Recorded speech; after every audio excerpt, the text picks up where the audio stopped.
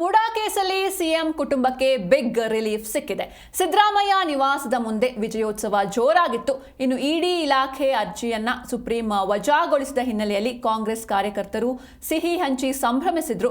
ಘೋಷಣೆ ಕೂಗಿ ಸಿಹಿ ಹಂಚಿ ಸಂಭ್ರಮಾಚರಣೆಯಲ್ಲಿ ತೊಡಗಿದ್ರು. ಇನ್ನು ಕಾಂಗ್ರೆಸ್ ಕಾರ್ಯಕರ್ತರ ಸಂಭ್ರಮಾಚರಣೆ ನೋಡಿ ಕಾರಿನಿಂದ ಕೆಳಗಿಳಿದ್ರು ಸಿದ್ದರಾಮಯ್ಯ. ಇನ್ನು ಕಾರ್ಯಕರ್ತರ ಸಂಭ್ರಮಾಚರಣೆ ನೋಡಿ ಖುಷಿ ಪಟ್ಟಿದ್ದಾರೆ.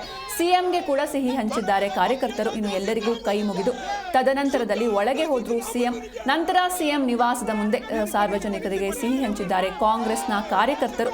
ಇನ್ನು ಮುಡಾ ಕೇಸಲ್ಲಿ ಸಿಎಂ ಕುಟುಂಬಕ್ಕೆ ಬಿಗ್ ರಿಲೀಫ್ ಸಿಕ್ಕಿದೆ. ಈ ಹಿನ್ನೆಲೆಯಲ್ಲಿ ಸಿದ್ದರಾಮಯ್ಯ ನಿವಾಸದ ಮುಂದೆ ವಿಜಯೋತ್ಸವ ಜೋರಾಗಿತ್ತು.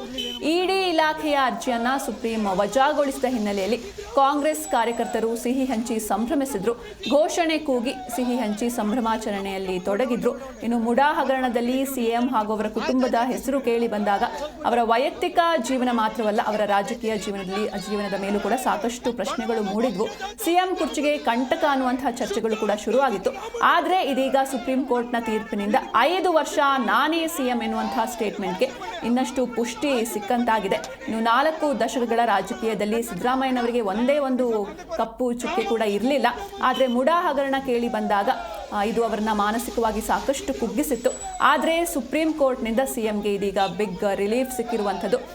ಮುಡಾ ಕೇಸಲ್ಲಿ ಸಿಎಂ ಕುಟುಂಬಕ್ಕೆ ಅವರ ಶ್ರೀಮತಿ ಪಾರ್ವತಿ ಹಾಗೂ ಭೈರತಿ ಸುರೇಶ್ ಅವರಿಗೆ ಬಿಗ್ ರಿಲೀಫ್ ಸಿಕ್ಕಿದೆ. ಹೀಗಾಗಿ ಸಿದ್ದರಾಮಯ್ಯ ನಿವಾಸದ ಮುಂದೆ ವಿಜಯೋತ್ಸವ ಜೋರಾಗಿತ್ತು.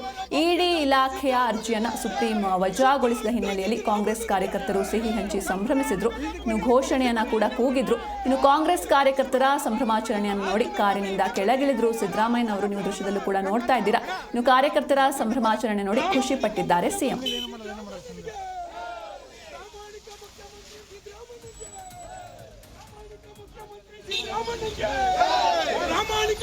ಒಳ್ಳೆ ಬಂದು ಈ ಕಡೆ ಬಂದು ಆಯ್ತು ಸುಮ್ಮನೆ ಸ್ವಲ್ಪ ಮುಂದೆ ಹೋಗಿ ಸರ್. ಬಡವರ ಭಾಗ್ಯದಾತ ಸಿದ್ದರಾಮಯ್ಯನಿಗೆ, ಶುದ್ಧ ಹಸ್ತ ಸಿದ್ದರಾಮಯ್ಯನಿಗೆ.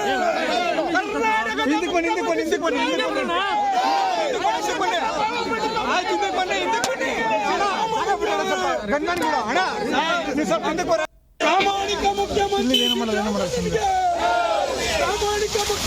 ಸಿದ್ದರಾಮಯ್ಯನಿಗೆ, ಪ್ರಾಮಾಣಿಕ ಮುಖ್ಯಮಂತ್ರಿ ಸಿದ್ದರಾಮಯ್ಯನಿಗೆ, ಪ್ರಾಮಾಣಿಕ ಮುಖ್ಯಮಂತ್ರಿ. ಒಳ್ಳೆ ಬಂದು ಈ ಕಡೆ ಬಂದು